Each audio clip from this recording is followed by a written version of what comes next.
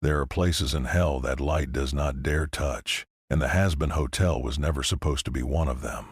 It stood on the edge of Pentagram City like a candle wedged into a wound, bright red and stubborn, humming with a hope so fragile that even its own residents were afraid to name it. Inside those walls, Charlie Morningstar, the princess of hell itself, had spent months telling anyone who would listen that a sinner could change, that a demon was not born to burn, that redemption was not a fairy tale, but a choice. Most of hell laughed at her. Some of them pitied her. And a few, the cruelest of them, waited quietly for the day her dream collapsed and swallowed her whole. The hotel had become a joke, a rumor, a punchline whispered in every corner of the underworld. But Charlie did not stop. She could not stop, because somewhere beneath all that impossible optimism, she believed with a terrifying sincerity that the first step toward saving a soul was simply giving it a door to walk through. What she did not expect was for someone else to walk through first. It happened without warning, which for a princess surrounded by demons was perhaps the most unsettling thing of all. The air in the lobby changed before he even appeared, the way the temperature drops a heartbeat before a storm. Then the doors opened and Lucifer Morningstar, the king of hell, the fallen light, the first and greatest of the rebels, stepped into his daughter's hotel as casually as a man returning home. Charlie froze where she stood. For a long moment she could not quite believe what she was seeing, because in all the years since she had taken up this impossible cause, her father had kept his distance. He had ruled from his throne, distant and unknowable, a legend wrapped in silk and shadow. And now he was here, standing in the middle of her crumbling lobby, surrounded by peeling wallpaper and second-hand furniture and the lingering smell of desperation. The two of them could not have looked more out of place together. One was the brightest thing in hell, and the other the very reason hell existed at all. Lucifer did not raise his voice. He rarely needed to. He simply looked around the room, and the room seemed to shrink beneath his gaze. The crooked lamps, the water-stained ceiling, the residents frozen in place like sinners caught stealing from a church. His eyes moved over it all with a kind of patient, terrible disappointment. And then he turned to Charlie, and he asked her, gently, the question she had been dreading for years. Why had she given herself to this? Why had she chosen to carry the sins of the damned on her shoulders when she could have chosen anything else? He told her, in that same soft and sorrowful voice, that her dream was dangerous, that it was not just foolish but cruel to herself, that a prince of hell, a ruler of the fallen, did not lower themselves to beg mercy for creatures who had already been judged. He spoke not with anger, but with the certainty of a man who had watched hope die 1,000 times and had learned at last to stop reaching for it. Charlie listened, and she did not flinch. That, more than anything, seemed to unsettle him. But Lucifer was not the only creature in the hotel paying close attention.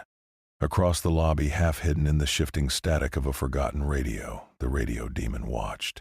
Alastor had always found Charlie's little project amusing, a source of endless entertainment, a stage upon which lesser souls performed their small, predictable tragedies. But this was different. This was the king, the fallen angel himself, standing within reach. And Alastor, who had made a career out of reading people the way other demons read blood from a wound, saw at once what Charlie could not. Lucifer was not simply a worried father. He was a power older than the very concept of power, and there was something unspoken moving behind his patient eyes. Something that had been waiting in the dark below hell for longer than any of them had been alive. Alastor smiled, and it was not a kind smile. Here at last was something worth watching. Here at last was a game worth playing. And Lucifer, though he gave no sign of it, had already noticed him. Because Lucifer understood the radio demon in a way that no one else in that hotel could. He did not look at Alastor and see a charming monster with a microphone and a smile. He looked and he saw hunger. Real hunger. The kind of hunger that consumed everything it touched and called it entertainment. Charlie had welcomed a wolf into her home and asked it to guard the sheep, and she had no idea. None of them did. Not truly. They knew Alastor was dangerous in the way a mouse knows a cat is dangerous. But Lucifer had stood at the very beginning of all things, before the fall, before the war, and he had watched darkness learn to take shape. He knew what Alastor was reaching for. And he knew, with a cold and certain dread, that his daughter had no idea what she had invited through those doors. The day stretched on, and the reunion settled into something quieter, heavier, the way a wound settles into a dull ache. Lucifer moved through the hotel slowly, like a man walking through a memory he had been avoiding for a very long time. He did not say much to the residents. He did not need to. His presence alone was enough to change the shape of every room he entered, to make the bravest sinner lower their eyes, to make the loudest voice fall suddenly silent. Charlie walked at his side, answering his questions, defending her dream the way a soldier defends a wall that everyone else has already surrendered. And though he did not say so, though his face gave nothing away, something in Lucifer began to soften in a way he had not expected. Not toward the dream. Not yet. He was too old, too scarred to be swayed by a speech. But toward her. Toward the impossible, unbroken faith of the daughter he had left behind. That night, long after the others had drifted to their rooms, Lucifer stood alone at the window of the hotel and looked out over the burning skyline of Pentagram City. Hell stretched beneath him in every direction, vast and loud and dripping with neon and ruin. He had ruled this place for so long that it had become a part of him, a second skin he no longer remembered putting on. But standing there, at the edge of his daughter's fragile little kingdom, he felt something he had not felt in centuries. Old patient. It was not watching the city. It was watching him. And Lucifer, the fallen light, the first rebel, the king who had challenged heaven itself and lost, did not move. He simply stared out into that endless dark, and for the first time in a very long time, he felt the faintest tremor of something that might have been recognition. Because something ancient was awake in the depths of hell, and it had been waiting for him to come home. The morning light in hell does not warm anything. It simply makes the shadows longer and the red of the sky a little more honest. By the time the residents of the Hazbin Hotel drifted down to the lobby, Lucifer was already there, seated in a chair that had never once looked like it belonged to a king. He did not announce himself. He did not demand anything. He simply waited, still and patient as a blade left out in the rain, while the lost and the wicked of Charlie's little experiment gathered to measure the creature who had become their guest. It was Angel Dust who broke the silence first, because of course it was. He sauntered over with that practiced glittering ease, threw an arm around the back of a chair, and cracked a joke about the king of hell slumming it with the common filth. The words came out smooth and sharp and deliberately careless, the way Angel Dust did everything, as if nothing in the whole miserable universe could ever actually hurt him. Lucifer did not laugh, but neither did he punish. And that, more than any threat, was what made the room go still.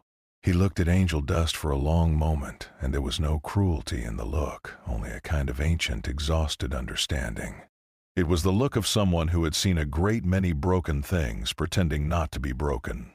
Angel Dust's smile flickered for half a second, and then he laughed too loud and too long and made another joke, because a demon learns early that laughter is a wall, and walls keep the king from seeing too much. Husk watched from behind the bar the way a man watches a storm from a distance. He had been an overlord once, before he lost everything, and a creature like that forgets how to trust the way other men forget how to dream. He poured himself a drink he did not need and did not touch, and he kept his eyes on Lucifer with the quiet, unblinking suspicion of someone who had survived too long by assuming the worst of everyone. A king did not visit without a reason. Power did not simply wander into a broken hotel out of love. And so Husk waited, and he watched, and he said nothing, storing every silence away the way a miser stores coins. Let Charlie believe in her father. Husk had been around long enough to know that the ones closest to you were always the ones holding the matches. Nifty, by contrast, had no suspicion in her at all, only a buzzing, delighted fascination that seemed to fill her tiny frame until she practically vibrated with it. She darted around Lucifer's chair, tidying things that were not untidy, straightening things that were already straight, her single eye wide with wonder at the sheer, overwhelming fact of royalty in her hotel. To Nifty, the devil was not a threat. He was a celebrity, a story, a bright and shining thing dropped into a world of dust. She wanted to touch the hem of his coat and ask 1,000 questions, and for once she did not quite know where to put her hands, which was its own kind of miracle. Lucifer, for his part, regarded her the way one might regard a small and very determined storm, and then he very gently moved a vase out of the path of her enthusiasm. Vaggie made no show of welcome. She stood close to Charlie with her arms crossed and her jaw set, and every line of her body said the same thing. This was her home. This was her family, strange and broken as it was. And no one, not even the king of hell, not even a father, would come into this place and tear it apart. She did not care about Lucifer's legend or his throne or his endless cold power. She cared about one thing only, and that thing was standing beside her, too full of hope and too soft-hearted to see the danger that everyone else took for granted. So Vaggie watched Lucifer the way a soldier watches a weapon, measuring the distance, counting the exits, waiting for the moment when the thing she loved needed to be shielded from the thing she could not fight. And somewhere in the middle of all that wariness and wonder, something began to shift inside Lucifer. He had expected to find monsters. He had expected greed and cruelty and every small grasping meanness that hell spent eternity perfecting. What he found instead was something far more difficult to dismiss. These sinners, these doomed and fumbling creatures his daughter had gathered beneath one leaking roof, were not simply monsters. Some of them had done monstrous things, yes, and there was no forgetting that. But beneath the bravado and the broken glass he saw people with real wounds, the kind of wounds that did not heal so much as they learned to scab over. Angel Dust's brittle laughter, Husk's guarded weary silence, Nifty's desperate brightness. These were not the marks of the irredeemable. These were the marks of the deeply, profoundly damaged. And for the first time in longer than he cared to remember, Lucifer found himself not dismissing a sinner, but simply looking at one. Charlie saw it. She was always seeing things other people missed, which was perhaps the entire source of her impossible faith. She sat beside her father and spoke to him the way she spoke to every lost soul who crossed that threshold, gently, earnestly, without a single note of condescension. Redemption, she told him, was not about erasing what a person had done. It was about giving them a chance to become something better. It was about believing that the worst choice a soul had ever made did not have to be the only choice it would ever make. It was, at its heart, the simplest and most radical idea in all of creation, that no one was beyond saving. Not even here. Not even them. Lucifer listened, and his face gave away nothing, but the silence he offered in response was no longer the silence of contempt. It was the silence of a man turning an unfamiliar thought over and over in his hands, like a stone he had found on the road and could not quite bring himself to throw away. But there was another pair of ears in that lobby, and they belonged to something far less willing to be moved.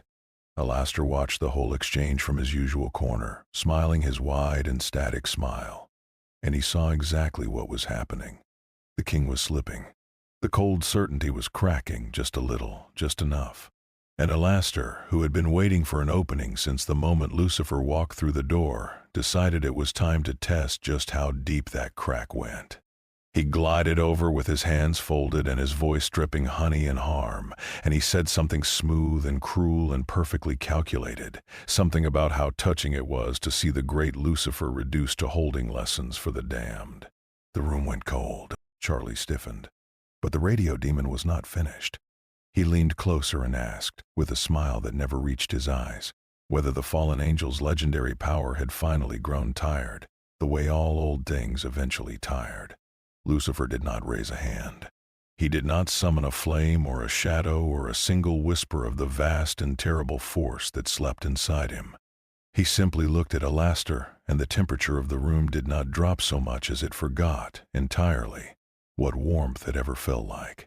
And then, in a voice so calm it was almost gentle, he told the radio demon something that cut through every ounce of that charm like a knife through smoke. He told him, not as a threat but as a simple, patient fact, that he had been playing with forces far beyond his understanding. That the game he thought he was winning had rules he could not even see. And when Lucifer turned away and left Alastor standing in the middle of the lobby, still smiling, still steady, the silence that followed was heavier than any curse. Because everyone in that room understood, in that single moment, that the radio demon had finally met something that did not flinch. And it was not the only thing about to take notice. Far across Pentagram City in the cold marble halls where Hell's true power brokers made their quiet deals, word was already spreading. The king was staying at the Hazbin Hotel. The king, for the first time in centuries, had left his throne. And to every overlord with an empire to protect and an ego to feed, that meant only one thing. The old order was being tested. And the first of them, bolder and greedier and hungrier than the rest, began to make plans to teach the Morningstar just how much his crown was worth. They came together, which was the first sign that something was very wrong. Overlords did not travel in company. They did not share power, did not coordinate, did not lower themselves to the appearance of needing one another. Yet here they were, half a dozen of Hell's most ruthless masters gathered outside the Hazbin Hotel like a storm deciding whether to break, their shadows pooling on Charlie's front steps, their presence so thick that even the street lamps seemed to hesitate before flickering on. They did not announce themselves with pleasantries. They descended upon the little hotel with the cold, righteous fury of an empire coming to collect a debt, and Charlie, to her eternal credit, walked out to meet them with her chin held high. They told her, in voices that rang with the certainty of the powerful, that her project had become a threat. That this talk of redemption, this quiet erosion of everything Hell stood for, could not be allowed to spread. That if the damned began to believe they could change, the entire architecture of the underworld would begin to crumble, and the overlords had not clawed their way to the top of that architecture just to watch a princess with a smile and a dream pull it down around their ears. They demanded her territory. They demanded an end to the redemptive nonsense that had made her a laughingstock and a symbol all at once. And they made it very, very clear, without ever quite saying the words, that refusal was not an option they had brought with them. Lucifer listened from the doorway, and at first he was, astonishingly, gentle. He stepped forward with the easy authority of a king who had no need to prove a single thing, and he spoke to the overlords the way one might speak to unruly children who had wandered too far from the yard. Diplomacy first, because Charlie had asked him not to be what Hell expected him to be, and because somewhere in the cold and patient center of him there remained, against all odds, the faintest echo of the angel he used to be. He offered them a way out, a chance to leave. A moment, brief and generous, to pretend this visit had never happened and walk back through the gates with their dignity intact. It was, in its way, an act of mercy, and the overlords, drunk on their own accumulated power, mistook it entirely for weakness. One of them laughed, and one of them, the boldest, the cruelest, the one who had spent a millennium feeding on the fear of lesser souls, stepped forward and did the single most foolish thing a creature can do in any realm that has ever known the Morningstar's name. He reached for Charlie. The air did not change gradually. It did not shift or turn or sour. It simply ended, the way the world ends in the frame before an explosion. One moment there was a street, a hotel, a crowd of overlords, and the smell of sulfur on the wind. And the next moment there was only Lucifer, standing between his daughter and the creature who had dared to touch her. And he was no longer pretending to be anything other than what he was. The light that had once made him the brightest thing in heaven, the fire that had burned inside him since before the fall, rose up in a single terrible wave, and the overlords felt it hit them like a wall of the sun. Some of them stumbled. Some of them fell to their knees without meaning to. And every single one of them understood in that instant, with a clarity that would follow them into their nightmares for centuries to come, that the King of Hell had never once been weak. He had simply been choosing, day after endless day, not to remind them. The one who had reached for Charlie was frozen now, held in place by nothing but the weight of Lucifer's gaze. And in that gaze there was no anger, no heat, no rage at all. That was the worst of it. Rage could be understood, could be weathered, could even be fought. But this was something older and colder and utterly without mercy. It was the calm of a being who had already made a decision and was simply measuring the distance between his will and the moment it became real. The overlords who had torn down empires and broken souls for sport finally understood what it meant to stand before the one who had been cast out of heaven not for losing, but for refusing to kneel. And they waited, and they trembled, and hell itself seemed to hold its breath for what came next. What came next was not the king. It was Charlie. She stepped forward, past her father, past the wall of terrible light, and she did not run, and she did not flinch, and she did not beg. She placed herself between Lucifer and the overlords, and she told him to stop. Not loudly, not desperately, just firmly, the way someone speaks to a person, not a weapon. And then she did something that every creature in that street, living or otherwise, would remember until the end of their endless days. She looked at the ruler of hell, at the fallen light, at the most powerful being in the entire underworld, and she was not afraid. Not a tremor, not a flicker, not a single flinch. She was not afraid of her father. She simply did not want him to solve this the way he solved everything else, with overwhelming force, with annihilation, with the easy, terrible shortcut of destruction that had defined his entire existence since long before she was born. It surprised him. Genuinely, visibly, deeply. The fire did not vanish, but it stilled, the way a wave stills when the tide is asked to wait. Lucifer looked at his daughter standing there in the middle of the disaster she refused to let happen, and for a long moment he simply did not know what to do. Because he had spent thousands of years being exactly what he was supposed to be, the devil, the tyrant, the monster at the end of every cautionary tale, and it had never once occurred to him that there was another option.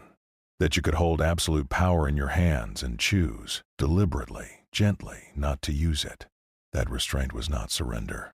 That mercy was not weakness. That the strongest thing a king could ever do was nothing at all, not because he could not, but because he understood that some battles were lost the moment they were won. The overlords fled. Of course they fled. They slipped back into the shadows from which they had come, rattled and humiliated, and for the first time in eons, genuinely grateful to still exist. But the lesson they carried away was not the one they had come to teach. They had arrived to test the king's power and found it whole and terrible and entirely intact. But that was not what would haunt them. What would haunt them was the image they could not shake, no matter how many centuries passed. The image of the Morningstar, the light bringer, the king of the damned, standing with all his fury banked and waiting because his daughter had simply asked him not to burn the world down today. That was the thing none of them could explain. That was the thing they would whisper about in their marble towers, late into the night, trying and failing to understand how love had done what no army in heaven or hell had ever managed to do. It had made the devil put down his sword. Charlie did not say anything afterward. She did not need to. She simply touched her father's hand once, briefly, the way you would steady someone who had almost fallen, and then she turned and walked back toward the hotel. And Lucifer watched her go, and he finally understood, with a strange ache he could not name, that his greatest challenge in all of creation had never been an enemy he could defeat. It had never been heaven, or the war, or the endless fight against everything he once believed in. It was learning, after 10,000 years of being the most powerful thing in the dark, that the hardest thing he would ever have to do was nothing. But the respite did not last. Because even as the dust settled on the hotel steps and the overlords faded back into the neon night, something else was already moving across the barriers between worlds. A message pale and cold and stamped with a sigil that made the very air around it tremble. It came from the one place Lucifer had spent his entire existence trying to forget. It came from heaven.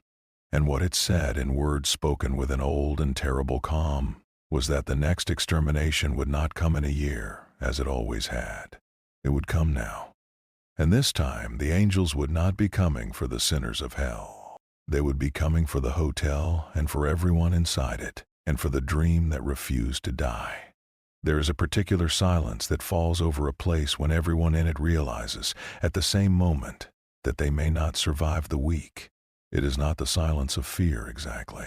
It is something deeper, the silence of people quietly taking inventory of their own lives and deciding, in the privacy of their own minds, what they would fight for and what they would abandon. That silence settled over the Hazbin Hotel like a shroud in the hours after the message from heaven, and not even Nifty's furious, fluttering energy could quite lift it. The extermination had always been a horror they knew, a clock that ticked toward its appointed hour. But this was different. This was not the distant drumbeat of an annual purge. This was the sky itself gathering itself to fall, and it was aimed, with cold and deliberate precision, directly at them. Charlie gathered everyone in the lobby, and she did not waste a single word pretending everything was fine. She was too honest for that. She told them plainly what was coming and what it meant, and then she told them something else. She told them that she would not force anyone to stay, that anyone who wanted to run, to hide, to claw their way back into the anonymous dark of Pentagram City and hope the storm passed them by, could do so with her blessing and no judgment from her. It was the right thing to say, and she meant every syllable of it, and the words tore something in her chest because she knew, even as she spoke them, that this was exactly what heaven expected of them. That scrambled, terrified flight, that desperate, ugly self-preservation. That confirmation that the damned, when truly tested, would always choose themselves. Not one of them moved toward the door. Lucifer stood apart from all of it, watching, and he felt a sensation he had not felt in a very long time. He knew exactly what was coming because he had been on the other side of it once.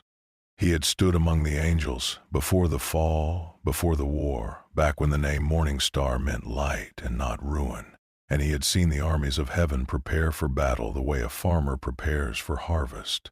He knew the discipline, the terrible unity, the absolute and unshakable conviction that what they were doing was not cruelty, but justice. That was the thing strangers to heaven never understood. The angels did not think of themselves as monsters. They thought of themselves as the last clean thing in a universe gone rotten, and that conviction made them more dangerous than any hatred ever could. He had watched it turn brother against brother. He had felt it turn the very heavens against him. And now that same machine was turning in Charlie's direction, and there was nothing, not all his power, not all his regret, that could simply wish it away. He tried to warn her anyway, because that was what fathers did, even the broken ones. He told her, in the quietest voice he could manage, that heaven would never accept what she was building. Not because it was wrong, and not because it failed, but because it threatened the one thing heaven could not allow itself to question: its own judgment. If sinners could be redeemed, if the damned could change, then the entire foundation upon which the exterminations were built would crack, and the angels did not know how to exist in a universe where their certainty was not absolute. A successful redemption program was not a miracle to them. It was a heresy. And heretics, Lucifer knew better than anyone, were not debated. They were erased, while the others fortified the lobby and argued over barricades and patrol routes. Alastor slipped away to a room at the top of the hotel and began quietly to prepare his own defenses. No one saw what he did there. No one wanted to. The radio demon had his own reasons for wanting to survive the coming storm, reasons that had nothing to do with loyalty or love or any of the soft, foolish things that seemed to drive the rest of the residents. He simply did not intend to let a pack of sanctimonious angels unmoor him from his little kingdom of static and shadow. And so he worked alone, weaving things into the walls that had no business existing in any mortal concept of physics. And he smiled the whole time because to Alastor even a holy war was, at the end of it, just another show. And every show, no matter how dark, needed a performer who intended to steal it. The hotel transformed before their eyes.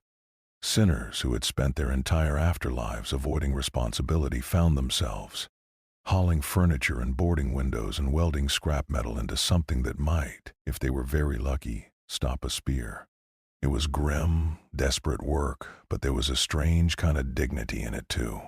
These were people who had been told their whole existence that they were worthless, that they were only ever going to be fertilizer for the next purge, and now here they were, choosing to build a wall anyway.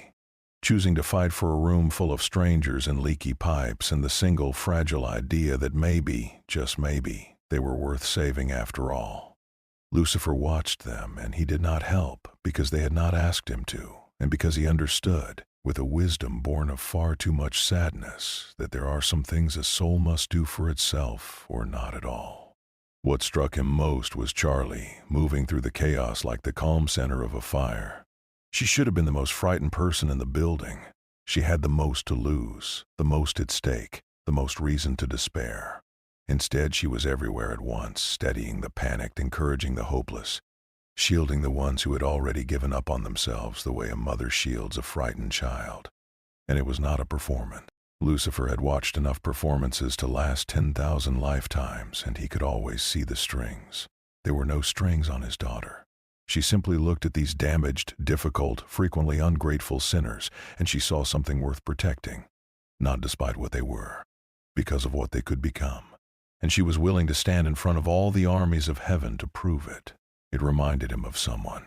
It reminded him of himself, or rather of the self he had almost been back before the fall, back before the endless bitterness calcified around whatever light had once burned in him. He had believed once too.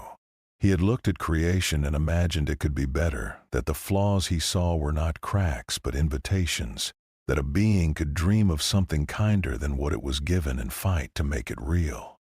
That belief had destroyed him. It had cost him everything, his place, his family, his name.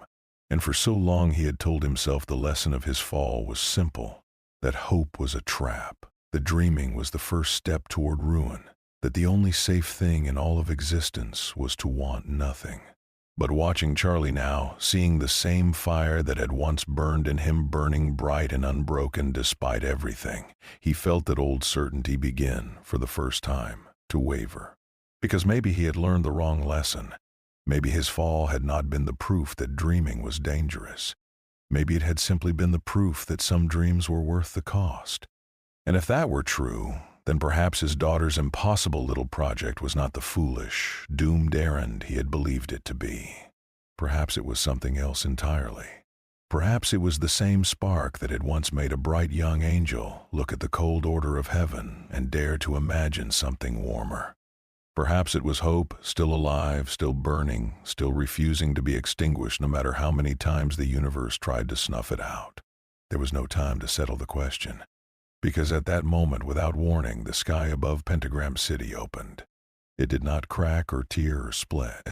It opened, the way a wound opens, silently and all at once, and through it poured a light so clean and so terrible that the very shadows of hell shrank back from it. And inside that light, arranged in ranks that stretched from horizon to horizon, stood the armies of heaven, armor like mirrors under a burning sun, spears like frozen tears, wings uncounted and unnumbered beating with a sound like the surf of some impossible ocean. The extermination had come, and it had come not for the city, not for the sinners scattered like frightened embers through the streets below. It had come for the hotel. It had come for Charlie. And it had come, Lucifer realized with a cold and sinking clarity, for the very thing he had spent so long believing could never exist in a place like this. It had come to kill the dream. The first angel touched down in the middle of Pentagram City, and the city screamed.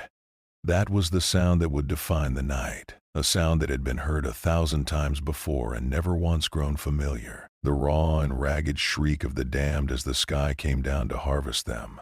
Sinners poured from every doorway and alley, a tide of terrified bodies clawing over one another in their desperation to escape, and above them the angels moved with a terrible, unhurried grace. There was no frenzy in them, no cruelty for its own sake. That was the horror of it, the thing that turned the stomach of anyone who had ever watched the extermination from a safe distance. The angels killed the way a tide erodes ashore, patient and certain and utterly without doubt, and they did not stop to savor it because they did not need to. To them, this was not murder. It was maintenance. It was the pruning of a garden that had grown too wild.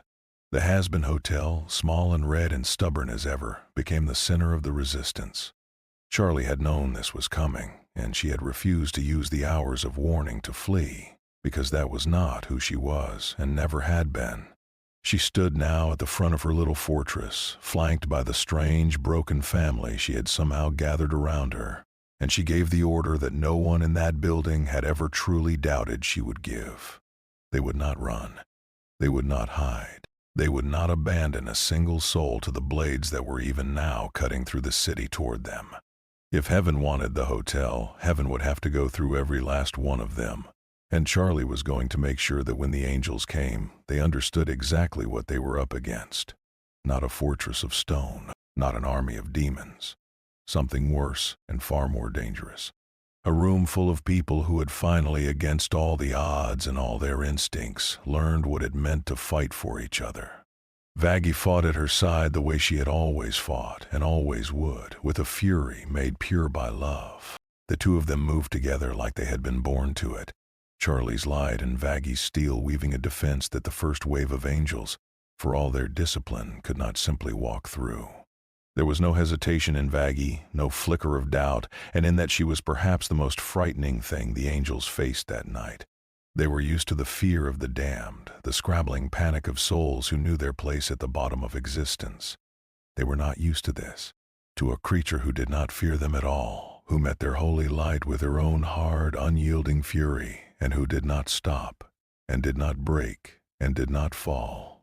Angel Dust, who had spent his entire afterlife convincing the world that he cared about nothing, fought with a savagery that surprised even him.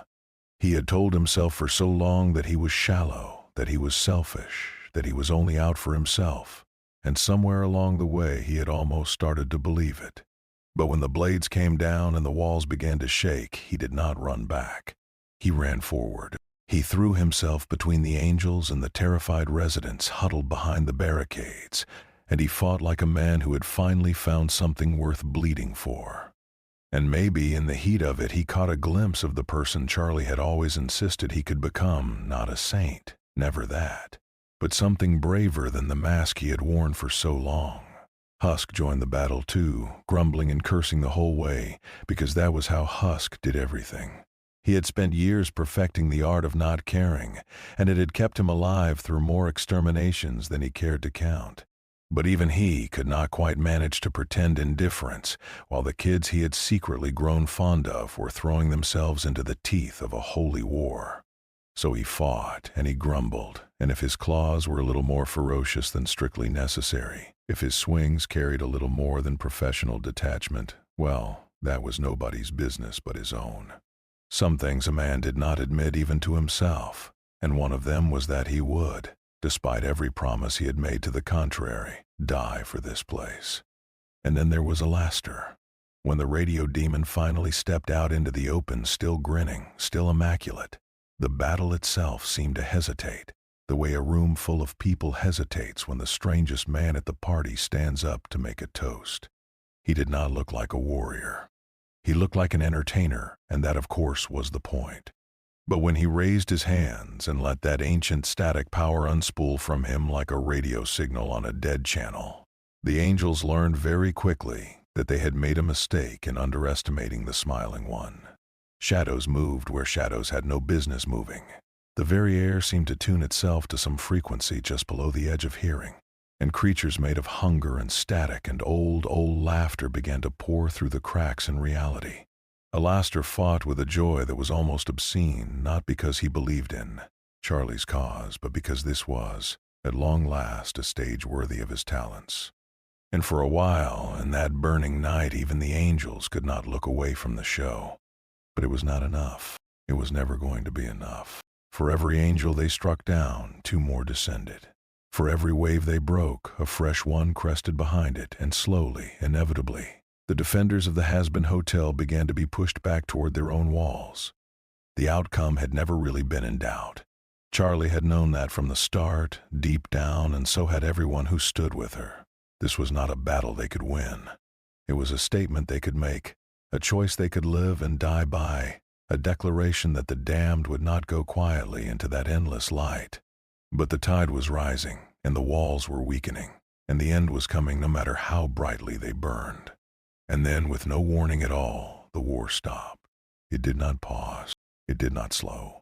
It stopped, absolutely and completely, as if the entire battlefield had been caught in a single frozen breath.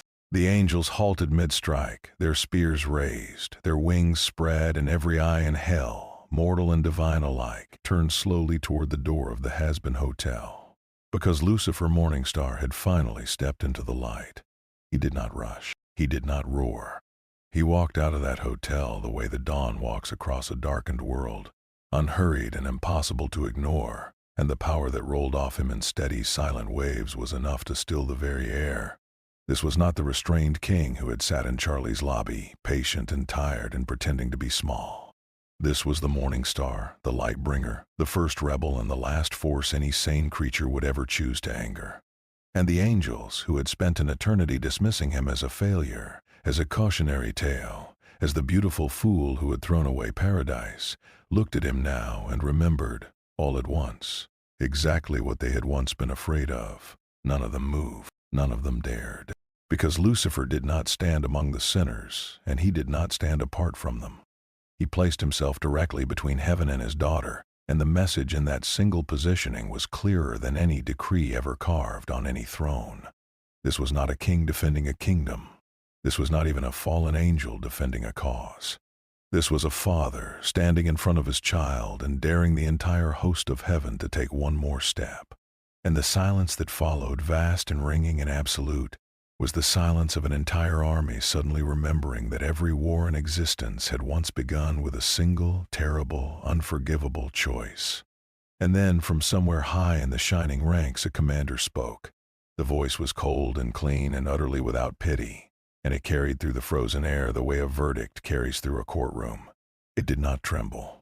It did not hesitate. It simply announced for every soul in hell and heaven to hear that the Morningstar's presence changed nothing, that the order still stood, that the dream would still be cut down and every soul who clung to it scattered to the winds.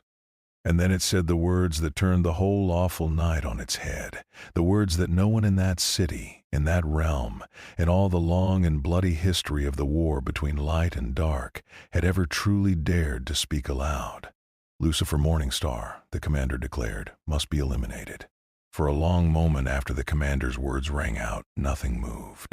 The two armies faced each other across a battlefield that had gone silent as a held breath, and even the fires of hell seemed to dim, as if the realm itself understood that it was witnessing something that had no precedent in all its long and violent history. Heaven had come to prune the garden, and now it had declared war on the very one who had once been its brightest flower. The angels shifted in their ranks, not in fear, but in the uneasy recognition that the rules of everything had just changed.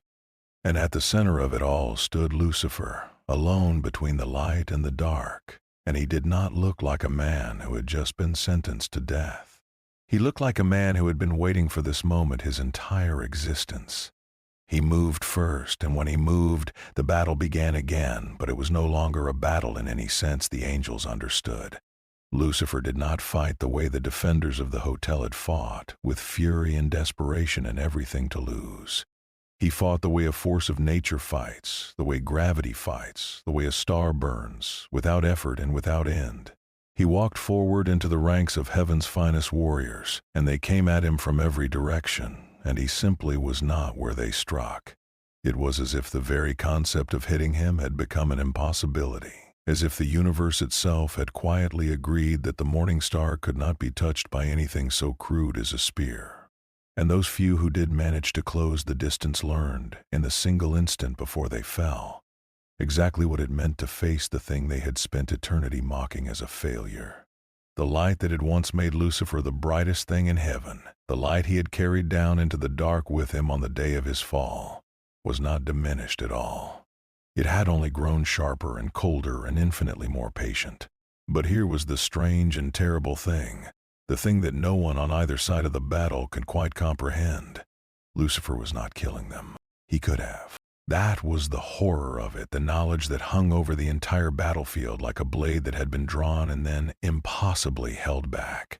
He moved through armies of angels without killing them, scattering them like leaves, breaking their spears, shattering their formations, but always pulling the blow at the last possible instant. It was not weakness. It was not hesitation.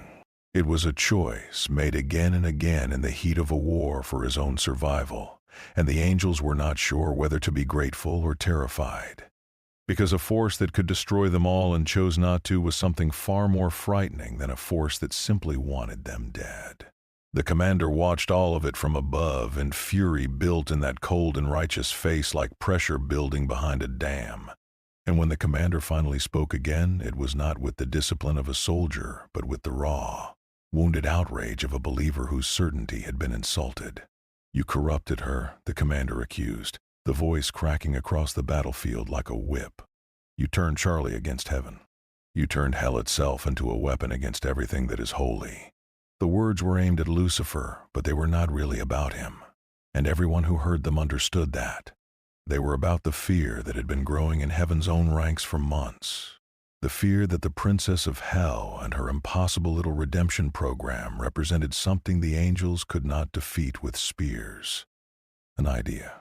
a crack in the wall of certainty. And Lucifer, who had spent 10,000 years as the living symbol of that very fear, was simply the convenient face they could hate for it. And for the first time in his long, long existence, Lucifer did not deflect it. He had avoided this reckoning for centuries.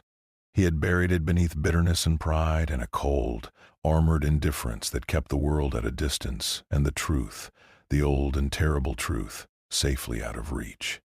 But the commander's words reached into him now and pulled something loose, something that had been waiting, patient as a wound, since the day of his fall. Because the accusation was wrong, but it was not entirely wrong. His rebellion had failed.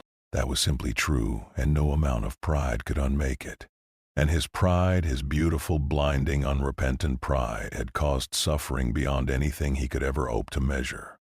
A war had been fought. Countless souls had been cast down into the dark. And at the end of all of it, what had he won? A throne at the bottom of the universe and a sun-shaped scar where his faith used to be. These were not comfortable thoughts. They were the thoughts he had spent an eternity running from, and he had run so far and so fast that he had nearly convinced himself they were not there at all. But Charlie's existence proved something the commander clearly did not understand. It proved that the story did not have to end with the fall. Because whatever else his rebellion had been, however much it had cost, however badly it had gone wrong, it had led here. To her.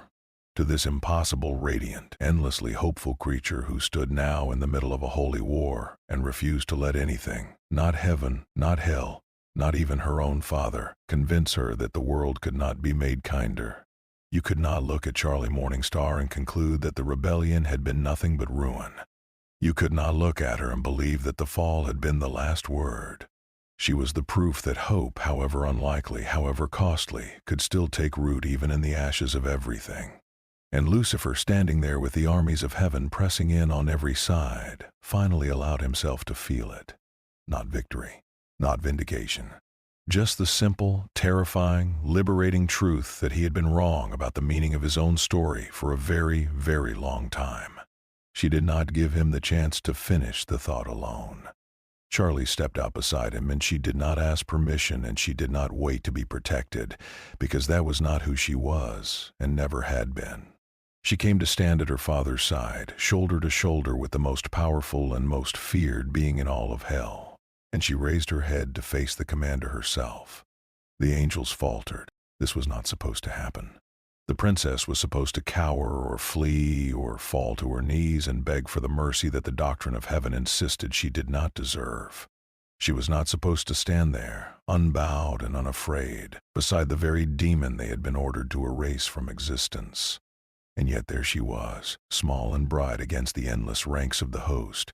And for the first time since the sky had opened, the angelic army felt the cold touch of genuine uncertainty. Father and daughter did not speak. They did not need to. The two of them simply stood together, the fallen light and the stubborn flame, and the battlefield seemed to reorganize itself around them. This was the image that would outlast the war, the image that would be whispered about in heaven's halls and hell's taverns for eons to come. The king of the damned and the princess of redemption standing at the center of an apocalypse, united not by power or by fear, but by something the angels had long since forgotten how to name. It was not strategy. It was not defiance. It was love, raw and unkillable, refusing to bow to anything the universe could throw at it. And even the commander, cold and certain and utterly convinced of the righteousness of this purge, hesitated for the first time at the sight of it. Then the moment passed, and the commander's face hardened, and somewhere high above the ruined streets of Pentagram City, a signal was given. The air itself changed, the way it had changed when the sky first opened, and a light began to gather in the heavens that was different from the light of the host. This light did not illuminate. This light devoured. It condensed and sharpened and focused, drawing itself into a single point above the battlefield, and every angel and every sinner who witnessed it understood, at once, what it was. Heaven had not come to defeat Lucifer with armies. It had come prepared for the one thing an army could never do. It had come prepared to erase him, not from the battlefield, not from memory, but from existence itself. The commander's final contingency, the weapon that had been designed for exactly this moment, hummed to terrible life in the sky above the Hazbin Hotel. And Lucifer, the light bringer, the first and most beloved of the fallen, looked up at it and understood exactly what he was facing. The one power in all creation that could unmake even him. The weapon hung above Pentagram City like a second, more terrible sun. And even the bravest souls on that battlefield felt their courage begin to fray at the edges. It did not scream or roar or threaten. It simply existed, patient and absolute, gathering the last of its impossible strength, and that patience was somehow more dreadful than any battle cry. Everyone who had ever told themselves they understood power looked up at that thing and realized, with a cold settling of the stomach, that they had understood nothing at all. This was not a spear thrown in anger. This was not an army sent to conquer. This was an erasure, a final and permanent deletion. A weapon that did not simply seek to end a life, but to unmake the very thread of it from the fabric of every world that had ever been. Lucifer understood it better than anyone, because he had watched it be conceived. He had stood in the halls of heaven long ago, before the fall, back when he still believed that such power could be used with wisdom and restraint, and he had seen the blueprints of something very much like this pressed into the margins of a war that had not yet been declared. He knew with a certainty that went deeper than thought what holding it back would cost. The weapon could not simply be destroyed. It could not be outrun or deflected. It could only be countered, and the counter, the force required to contain that much annihilation, was the kind of force that did not exist quietly. Unleash it here, in the heart of hell, and the shock wave would not stop at the city walls. It would not stop at the borders of the realm. It would tear through hell and through the fragile membrane that separated hell from the world of the living, and it would take Earth down into the dark along with everything Lucifer had ever tried and failed to protect. For one terrible moment he considered it anyway. The raw power was there, sleeping just beneath his skin, enough to answer annihilation with annihilation and let the chips fall where the universe decreed. It would be so easy. It was always so easy. That was the curse of power. The endless temptation to answer every problem with the simplest and most catastrophic solution. Destroy the weapon. Let the realms burn. Walk away from the ashes the way he had walked away from every other ruin in his long and lonely existence. No one would blame him. No one could blame him. He was the devil after all. The cautionary tale. The entire point of his existence, as far as most of creation was concerned, was to burn things down. But Charlie had shown him something different. Charlie, standing in the middle of this very battlefield with her chin up and her heart unbroken, had shown him that there was another way to be powerful. And so Lucifer Morningstar, the light bringer, the king of hell, the first and greatest of the rebels, made the single hardest choice of his entire existence. He did not answer the weapon with destruction. He answered it with himself. There was no warning, no final speech, no dramatic farewell. There was only Lucifer, stepping forward into the light and gathering the weapon's terrible power toward him like a man spreading his arms to catch a falling sky. The angels recoiled. The commander screamed something that was lost in the rising roar. And then Lucifer poured himself into the act of containment, wrapping his own essence around that impossible, devouring light, using the very core of his being as a seal, a lock, a prison for the one thing in creation that could unmake even him. It would not be enough to destroy it. He understood that now. Some things could not be destroyed, only bound, only held, only contained by someone willing to pay the price of holding them. And the price, he knew with a calm that surprised even him, was everything. Charlie understood what was happening a heartbeat before anyone else, and the sound she made was not a word but a wound torn open. "No!" she screamed, and she ran toward him, toward the blinding core of that gathering light, and she refused, with every fiber of her being, to accept what her father was doing. This was not supposed to happen. She had not spent her whole life dreaming of a better world just to watch the one person who finally believed in her sacrifice himself to save it. She reached for him, and the light pushed her back, and she reached again, and she would have thrown herself into that terrible radiance and been unmade in an instant if it meant she did not have to witness this. But it was already happening. The seal was already closing. And Lucifer, somewhere in the heart of all that blinding fire, looked at his daughter one last time and felt not fear, not regret, but a strange and impossible peace. Because he had finally found something after 10,000 years of searching worth being unmade for. And then, one by one, the residents of the Hazbin Hotel stepped forward.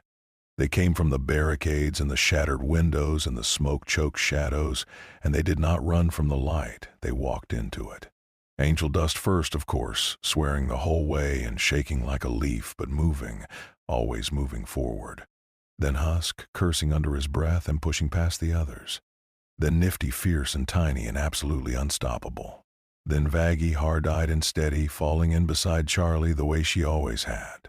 And then more, sinners who had every reason in the universe to save themselves. Souls who had spent their entire afterlives being told they were worthless and had, for the most part, believed it, and who now stood together in the face of annihilation and refused to let the devil bear the weight of it alone. They did not do it because they were heroes. They did it because they had finally learned, in the only way that ever truly matters, what it meant to belong to something. The sight of it stopped the weapon cold. Not the power itself, which could not be stopped, but something deeper, something the architects of that terrible machine had never once accounted for. These were the irredeemable. These were the damned. These were the souls heaven's doctrine insisted were beyond saving, incapable of loyalty, incapable of sacrifice, incapable of anything but selfishness and sin. And yet here they stood, shoulder to shoulder with the king of hell, offering up their own existence to protect the one being they had every reason to fear. It was not redemption as heaven understood it, but then that was the point. Redemption, Charlie had always said, did not mean becoming perfect. It meant choosing something better when the choice was offered, even when the choice was hard, even when it cost everything. And in this single, blinding moment, the very people heaven had judged beyond hope proved that they were capable of loyalty, capable of sacrifice, capable against every odd the universe had stacked against them, of love. Lucifer understood Charlie's vision then at last in a way he had never been able to before. Not as an idea to be argued, not as a dream to be indulged with patient condescension, but as the deepest and truest thing he had ever witnessed, proven not in words, but in the bodies of the damned standing between him and the end of everything. The seal held. The weapon's terrible light dimmed, not extinguished but bound, drawn away from the world by the weight of all that stubborn, impossible loyalty. And when it was over, when the sky slowly began to close and the last of the holy light drained from the battlefield, the thing that remained was not a victory in any sense heaven would recognize. It was something older and far more permanent. It was the proof, carved into the very fabric of two worlds, that the worst of creation could still, when given the chance, become something worth saving. But every proof carries its price. The angels retreated, their ranks broken and their doctrine shaken to its foundations, but they did not leave Lucifer untouched. The bond he had forged to seal the weapon had not been free, and as the light faded and the silence returned, he felt the truth of it settle over him like a cold and final weight. Something had been severed, something that had connected him, however distantly, however painfully, to the realm he had once called home. Whatever thin thread had still tied the fallen angel to the light from which he had been cast out, that thread was now gone forever. Heaven and Lucifer, after 10,000 years of bitter and broken history, were finally, truly, and irrevocably apart. And as his daughter caught him in her arms and the residents of the Hazbin Hotel closed in around them both, protecting the fallen one they had only just learned to call their own, Lucifer Morningstar discovered that the price of losing heaven entirely was not nearly as heavy as he had always feared, because he had not lost everything that night. He had, for the first time in his entire existence, found a home. The Hazbin Hotel survived. It should not have, by any reasonable measure, and there were plenty of voices in both heaven and hell eager to point that out.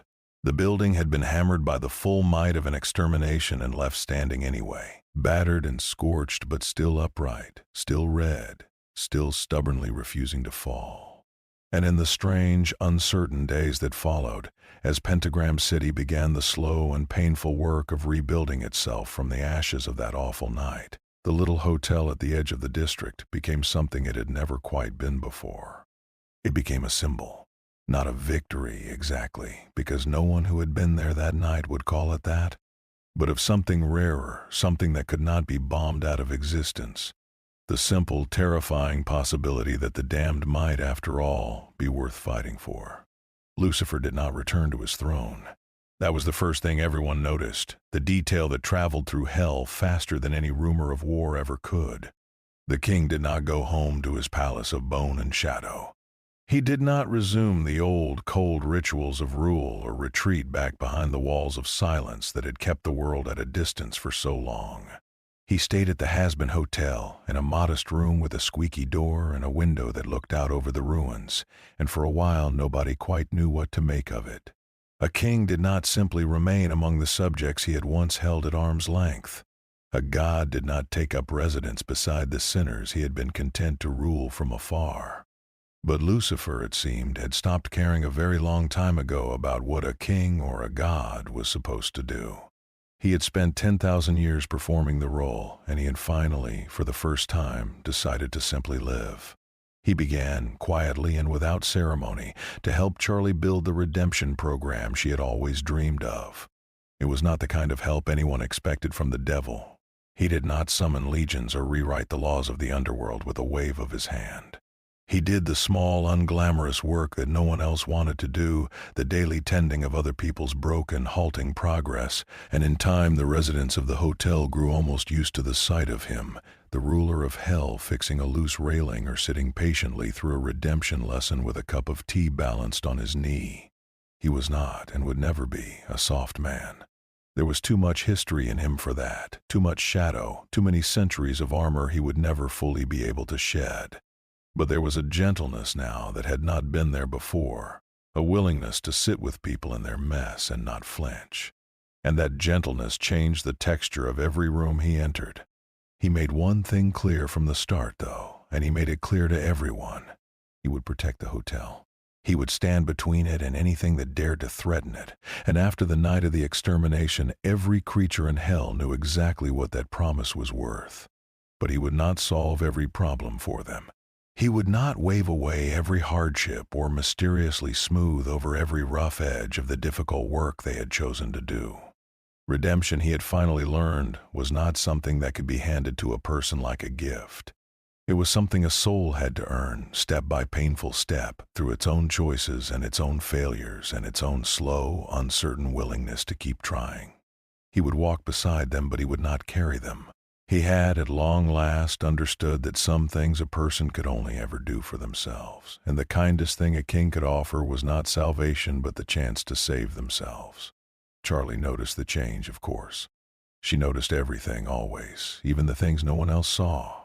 And in the quiet months of rebuilding, she allowed herself, for the first time in her life, to feel something she had almost forgotten how to feel. Hope, yes, but something more than hope. A sense that the impossible thing she had spent her whole existence chasing might actually, against every conceivable odd, be real. Not because the world had suddenly become kind, and not because the road ahead had grown short or easy, but because she was no longer walking it alone. Her father was here, really here, not a distant legend but a presence at her side, and he believed in what she was doing. He believed in her. And that, after everything, was enough to make the old dream feel new again. There was, of course, one person in the hotel who did not share in the quiet joy of those days. Alastor watched Lucifer from the edges of every room, smiling his wide and unchanging smile, and there was no warmth in the watching at all. The radio demon understood, perhaps better than anyone, what had actually happened on the night of the extermination. The balance of power in hell had shifted, subtly and permanently, and not in the direction he had ever intended. The king was no longer a remote and distracted figure who could be managed, manipulated, or safely ignored. The king was here, in the building, invested in the very institution Alastor had spent so long regarding as little more than a source of amusing distraction. And Alastor, for all his charm and all his endless, patient games, did not intend to lose his grip on this strange new stage. So he watched, and he smiled, and he filed each detail away, waiting for the moment when the new order would reveal its weaknesses. Let the others celebrate their little family. The radio demon knew, as he had always known, that no game in hell was ever truly over. But even Alastor's quiet scheming could not touch the truth of what was happening at the Hazbin Hotel, because it was the kind of truth that did not bend to tricks or power. The day came, as it always does for those who wait long enough, when the hotel doors opened to admit a new soul, A lost, frightened sinner stood on the threshold, blinking in the strange, warm light that spilled out from within, and for a long moment no one moved. This was the ritual that had once been a joke, the moment that had, in the early days, caused even the residents themselves to smirk behind their hands. A sinner, newly arrived in hell, wandering into a redemption program. The very idea had been absurd. And Charlie, watching from across the lobby, felt her heart lift in the old, familiar, terrifying way. She stepped forward to welcome the newcomer, and she took the lost soul's hand, and she said the words she had said 1,000 times before, the words that had been mocked and dismissed and disbelieved by every corner of the underworld. She said that they were welcome here. She said that it was not too late. She said that a soul could change. And across the room, standing quietly by the window with the morning light of hell falling across his face, Lucifer Morningstar watched his daughter welcome another lost soul into the world she was building. And he did not laugh. For the first time in his long and bitter existence, the very idea of redemption did not strike him as a cruel or foolish joke. It struck him, in that quiet and ordinary moment, as the truest thing he had ever witnessed. He looked at his daughter, and at the frightened sinner she was even now guiding toward hope, and at the strange and broken family gathered around them both, and he felt it settle over him like a warmth he had not known since before the fall. Real belief, not in an idea, not in a doctrine, but in her. In the impossible, unstoppable fact of Charlie Morningstar and everything she had chosen to become. He believed in her. He had finally, after all these years and all this ruin, learned to believe in something again. The story ends there, on an ordinary day in an extraordinary place, with the devil standing beside his daughter as the doors of the Hazbin Hotel open to welcome another lost soul. And if you listen closely, in the quiet that follows, you might hear the echo of everything that came before, the fall and the war and the long, lonely centuries of doubt, all of it bending at last toward this single, simple truth. For thousands of years, hell believed the devil had fallen because he failed to change heaven. But when Lucifer finally walked through the doors of the Hazbin Hotel, he discovered something far more powerful. He didn't need to change heaven. He only needed to believe that hell could change itself.